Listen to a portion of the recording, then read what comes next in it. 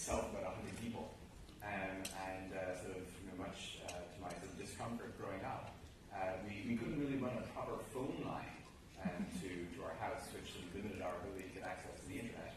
And so actually my kind of first experience with the internet was taking books out of the library about the internet and reading about the internet. It sounds awesome, and it was kind of hard to click on the links. But and so then I think maybe the happiest day of my childhood was convincing my parents to go get this like crazy, awkward, impractical satellite internet connection so we could finally have internet at home. Right, so that's where I came from. And actually then the first time that I ever came to the US was actually to come to Stanford. I was about 16 or thereabouts, and I came to the International Lisp Conference that was being held at Stanford.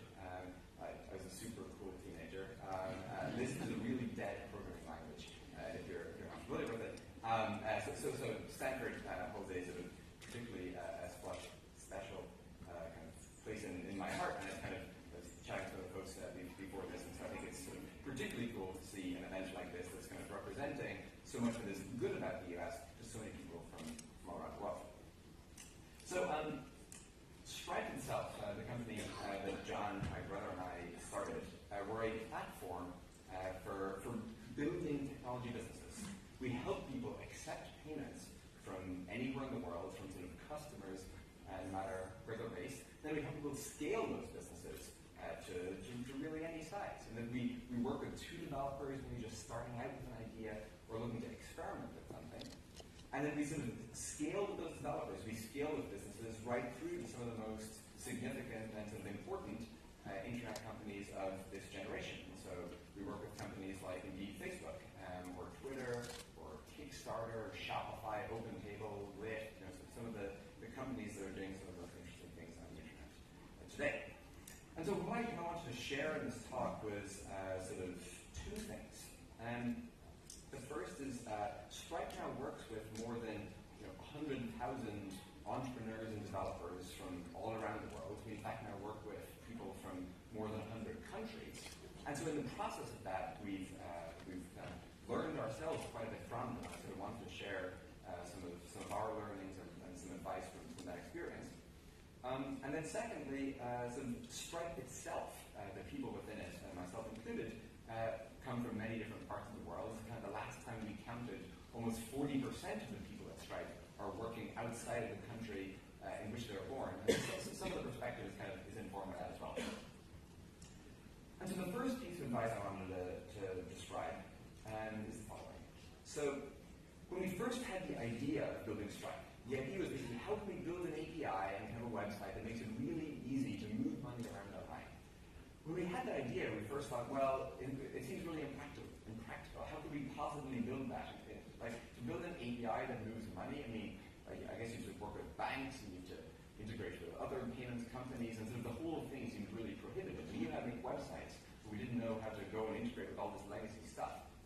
And so what we decided to do was to go build the API, to build the website, and then to use manual work ourselves to go and sort of make the financial part happen. Basically, when the initial beta users of Stripe started using the platform, they'd go through this really nice setup flow, and then manually, in the background, John and I would go and fill out the paperwork, file it with the bank, and so go set up their account. And so users were like, this is amazing, there was so little work. And John and I are like, yes. And so it really wasn't very practical, right? In that obviously we could not possibly do this for many users, but we could do it for a dozen or so. And we could do it for enough to kind of validate for ourselves that there was potentially something to this idea. There was something that sort of was worth further exploring. And most importantly, that kind of once we proved it was viable, could then help convince other banks and other companies to go and support it. And so the first piece of advice is to do things that don't scale. This really will work, I think, much better than people expect. And as we look around the world, it's much more likely, much more common that ideas fail, not because they prove impossible to scale, but just because they're not good products, they're not good services, right? And so the right way to kind of de-risk it is to first decide, well, is this really going to work? The second thing is the following. So I don't want to get too much into the details here, but before Stripe existed, there was sort of a bunch of divisions between different kinds of companies that existed in the payment space. And so there were banks, of course. There were these things called gateways, which were they built APIs basically. And then there were these ISOs, which were like another kind of thing altogether. And so if you were just like an entrepreneur looking to accept a credit card payment online, like that, the basic thing you could contemplate, you had to go understand the difference between all these different kind of companies. And then you had to go and sort of figure out how to integrate them together. Like it really didn't make a lot of sense. Where if you sort of proceeded from the user desire, right? If you just say there was a person here and they want to accept a payment, like if you just proceeded to the logic from that, you would fairly naturally have ended up with something like Stripe, where the website you can go to, you can put in your email address and a couple of pieces of basic information, and you can start charging credit cards. And so what's interesting here, I think, is that for so long, this kind of weird division in the industry sort of prevailed, and that nobody had done a sufficiently rigorous job of just relentlessly optimizing for what it is that the user wanted, what it is that kind of made sense given their needs and desires. And the reason to do this, the reason to kind of relentlessly optimize for the user, is not just that you're going to end up with a better product. There's actually a second advantage. And that is that you'll often end up sort of not neatly fitting into the pre-existing categories that sort of preceded you, right? You'll sort of weirdly span a bunch of different spaces. And this is really good for you because it makes it harder for any competitors you have to compete, because they're sort of naturally built, they're kind of optimized for their particular premise. And so you could frame this piece of advice as kind of present a structural problem, pose structural difficulties for the other companies in your space. But maybe that's a little bit arcane, and so we'll leave it as relentlessly optimizing the user. I think another very good example of this right now, and it's posing challenges and indeed opportunities for Facebook, is you look at all the mobile messaging services in China, where they're not neatly kind of operating in the space as we would expect. They're sort of redefining what a social network is, and we're sort of continuing to see the evolution in that space. The third one is the following. So, I don't know if any of you have come across some of these companies. There's a really cool service called Zeit, Z-E-I-T. It's kind of a hosting platform for Node.js. Another nice example is Instabug. It's a bug tracking service, and the founders are from Egypt. With Zeit, the founder, Guillermo, is from Buenos Aires, which is actually coincidentally also where Stripe began. Another nice example is On Air, which is a mobile messaging support tool built by some folks from Kenya. And what I think is very interesting about these services is that they're all built by people from sort of markets that haven't yet acquired the same kind of sort of entrepreneurial fervor that Silicon Valley has. However, they're still building for a user base, for an audience all around the world. And what I find is when I talk to people and we're sort of talking about global entrepreneurship, they immediately sort of jump to the assumption that the entrepreneur is outside of the US or outside of the markets we sort of normally associate with it or whatever.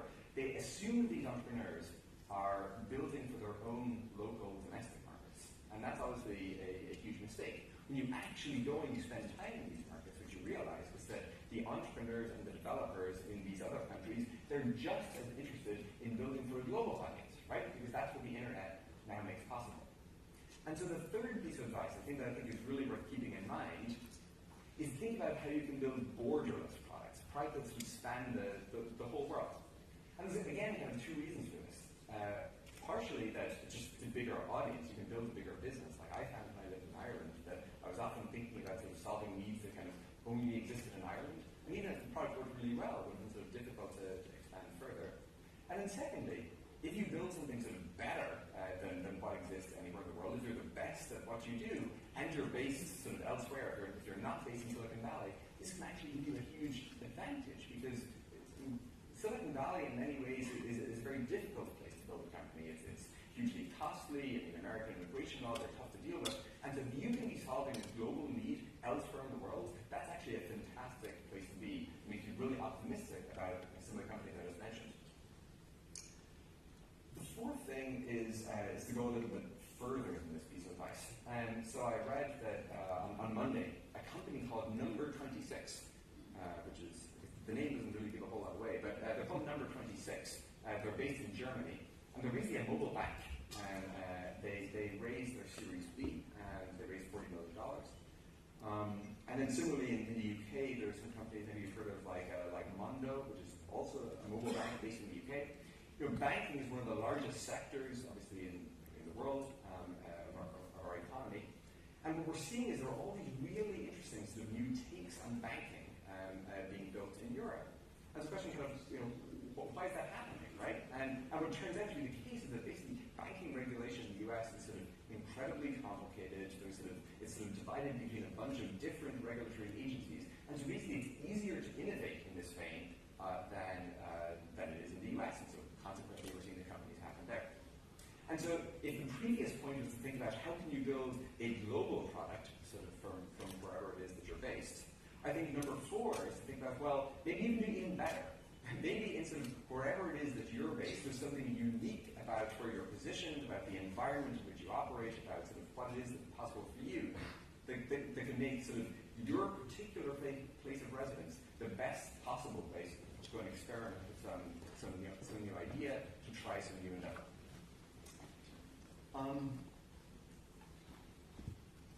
Number 5. So I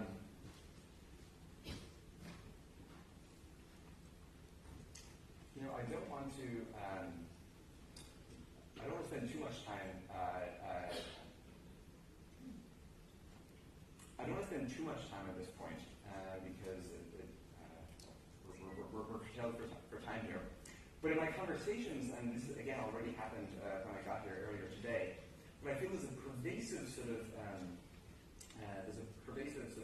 just discussion around whether you should sort of remain in the country in which you start out, whether you should move to Europe, whether you should move to Singapore, whether you should move to the US, or sort of where the kind of headquarters of a company that you start should be based.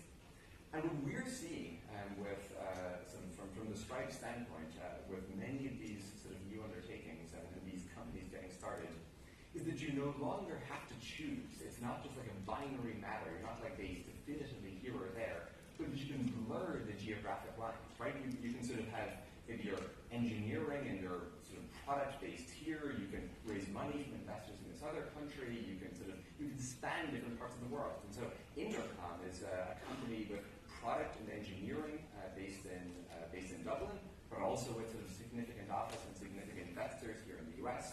Instabug, the mobile bug tracking startup I just mentioned, their main product and engineering operations are in Cairo, Egypt. But again, similarly, they just announced they raised $1.7 billion from Excel. And so kind of if the point is sort of to build a global product from wherever it is that you're based, to think about sort of what might be better for you to build based on, again, wherever it is that you're resident. And then sort of you can go further and think, well, I don't even necessarily need to decide definitively to be based in a single place. The world is becoming more connected.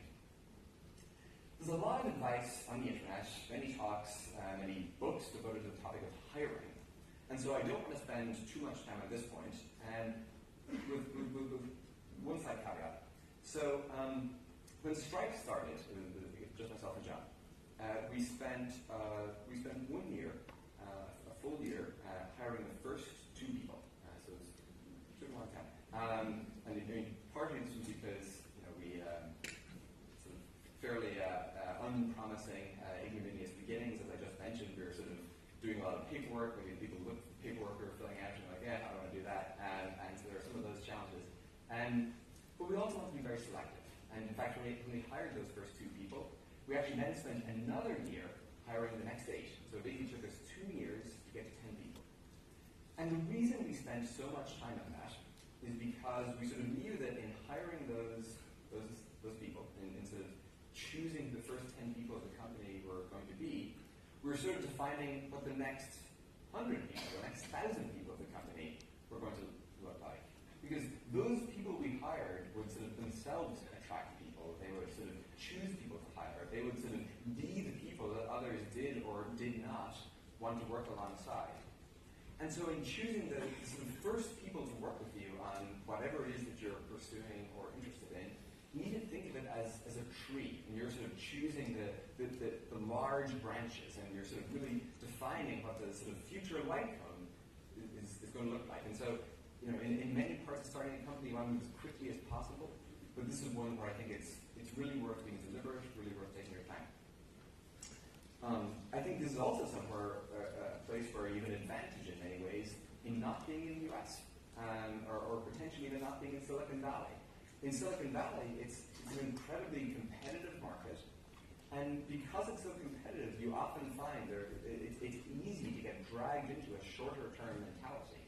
And so when you're thinking about sort of building something really significant, something with huge impact, something that sort of really moves the needle on the scale of the world, I think in many cases, and sort of based on the experience of my own travels, it can be easier to find those people with a long-term orientation elsewhere in the world.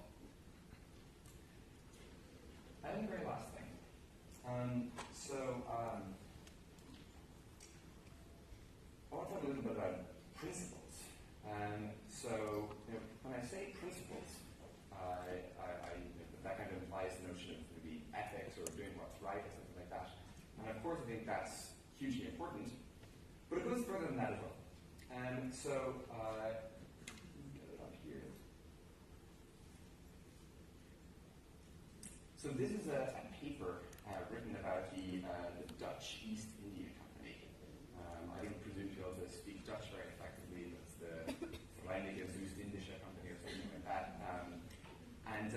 I think the Dutch East India Company was really the first multinational, right? Founded in the 17th century, paid an 18% dividend for 200 years. So his long-term point, they did a pretty good job. And it's interesting to think about sort of why they were successful. And people sort of tried to analyze this question for a long time. And obviously the world in the 17th century was a lot going on, and you can attribute it to many different things. But I thought that this was interesting. Here at least, Mr. Daniel Gerstel attributes it to the unique charter and the malleable administrative structure of the Dutch East India Company. And when you think about sort of running a company in the 17th century all around the world, and you think of the communication technologies that existed, it's pretty hard. Maybe somebody joins the company, maybe you sort of task them with a project. They then set sail, and you're not going to get a chance to talk to them or to see them for 5 years, right? And so when we think we got it hard with Skype and email and Slack and Twitter and Facebook and Instagram and everything else, right? Try sort of having a 5-year clock cycle sort of between interactions, right? And so to run a company in that kind of environment, you of course need strong principles, a clear set of delineations as to what people should do, how they should make decisions, how they should think about things, what their strategies, and so forth, right? And so if you're fortunate enough to be successful and things start taking off, you're suddenly going to be confronted with all of this additional complexity and all these additional decisions that you're going to have to make. You're going to be, will we partner with this company? Will we pursue this possibility? Will we build this functionality, this feature, and so forth? And so being in that stage, right, having something that's kind of finally leaving the launch pad after a ton of work, that's not a natural environment. Like none of us had sort of previously prepared to sort of be in this high growth stage. And so our natural instincts don't sort of equip us perfectly for it. I think one of the most important things to keep in mind is this notion of sort of principles and trying to explicitly write down, to think about where are we going? What is it that we're going to build? What ought our strategy be? How should people make decisions? And again, I think this is especially important, and it sort of comes across very strongly in the conversations I have with folks when you're building a globally oriented company, because if you're contending with time zones, if you're sort of dealing with people in multiple different parts of the world, communication can be more challenging, and so being able to effectively sort of distribute decision making and have people understand different parts of the world, that becomes incredibly important. So those are the 7 pieces of advice, and they're sort of informed partly by, again, the global businesses that we work with at Stripe, and then also kind of our own experiences. Fortunately, and they don't just work sort of early on when you're getting started. These are also kind of evergreen ideas that you can apply as things progress. Mentioned Atlas at the beginning. So Stripe Atlas is here we go. Atlas is our product for helping entrepreneurs and developers anywhere in the world start a business. So it does 4 things. It helps you incorporate a company in Delaware. Delaware is the state in which almost all major corporations in the U.S. are based, and so it enables you to create the same kind of company that a Facebook or an Instagram was, or indeed the same type of company that Stripe is. Secondly, it gets you a US bank account. So we work with Silicon Valley Bank, which is the bank of choice for sort of VC-backed companies in the US. And so, again, no matter where you are in the world, you can get a Silicon Valley bank account. Third, you get tax and legal advice so that sort of you can understand what some of the implications might be in your local jurisdiction to go on to do this. And then fourth, you get a Stripe account. So you can go and you can charge customers from anywhere in the world. And so we announced Atlas back about, I think it's 15 or 16 weeks ago now. Since then, we've seen sort of a ton of applications from entrepreneurs all around the world. We're sort of inviting everyone as quickly as we can. We've already helped more than 500 companies from, I think, 91 countries last I checked to get started. We're looking forward to helping many more people. But what I want to mention is that these principles, these pieces of advice, were actually extremely useful for us in creating Atlas, right? When you think about blurring the geographical lines or building borderless products, sort of, these were the guideposts for us in creating the Atlas product. And so, again, these I think you will find helpful, not merely in the initial stages when you're on the launch pad, but also in helping steering the course once you leave it. While I'm on the topic of Atlas, given again some of the conversations I've had with several of you already, and while it's still in the invite-only stage, this is just because we're working on scaling it. There were various parts of it that didn't fully scale as we started out. We're working on correcting that and sort of building all the support as quickly as we can. And if any of you guys would like an invitation to Atlas, please just drop me an email. I will make sure you get one. And to try to provide a little bit more kind of color and context on the whole thing, and to sort of give a sense for how we think about it a little bit of it, and also to give a sense for the folks who aren't from outside the US, for how people elsewhere in the world are sort of thinking about entrepreneurship and what they believe is possible. I just want to close the video. And so this focuses on 3 entrepreneurs who we've been working with. And I think it tells the story very nicely. And so with that, thank you very much.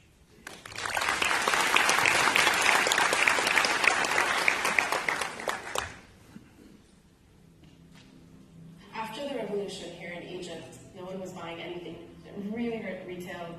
I saw a great opportunity in terms of all of the products that were just sitting on the shelves in these stores and exporting them, giving these boutiques the opportunity to sell globally. Ever since I was pretty young and I was interested in technology, I had to learn almost everything in English, and my community was in Spanish. I started realizing that there was a lot of developers out there that also needed good content in their own language. So we created Platzi to solve this problem. Here in Turkey, recent developments hurt the tourism industry, especially the small mom-and-pop shops. In Hotel Runner, our typical customers are family-run properties. So we really help them get online, market their property, and actually start selling. Online banking here in Egypt is almost non-existent. It's incredibly frustrating to think that we work on Pottery day in, day out, but at the end of the day, there are clients that are coming onto the site, they're loving the items that they see, they want to process the payment, but we're not able to accept it. It's impacting the business, it's limiting us. Growing as a global company, there are obvious problems. One of the biggest ones that we face right now is payment. When we first launched at Platzi, we needed to charge people from all over the world who speak Spanish. So you try to think, where should I incorporate? We had to do everything here in the US. I had to claim my tax ID number here in the US, and this means flying to open a bank account. We had to go to several lawyers, several accountants. That's hard, it's complicated. If we can't get paid for the services, we can't really survive. When we heard about Atlas, all 3 founders went just, yes, this is it. We're going to solve this problem finally. Atlas is going to make it so much easier to accept payments in dollars and different currencies and not have to relocate elsewhere in order to do that. We're always going to have our Egyptian roots, but it's going to put us on the global stage. It will allow us to access world-class banking and financial system which really wasn't possible in Turkey. We're going to see a revolution of startups coming to the global market, and Atlas could help them from the beginning. Now, I don't need to leave Egypt. I can stay in Cairo with my family, and I can just focus on growing Culture. We have more than 17,000 hotels in 127 countries. We are hoping that it's going to be $1 billion business in the next 3 years. But for me, it really is not about money. You shouldn't have to be a Silicon Valley insider to start a global company. It's not just Silicon Valley, it's the Silicon Valley of the world.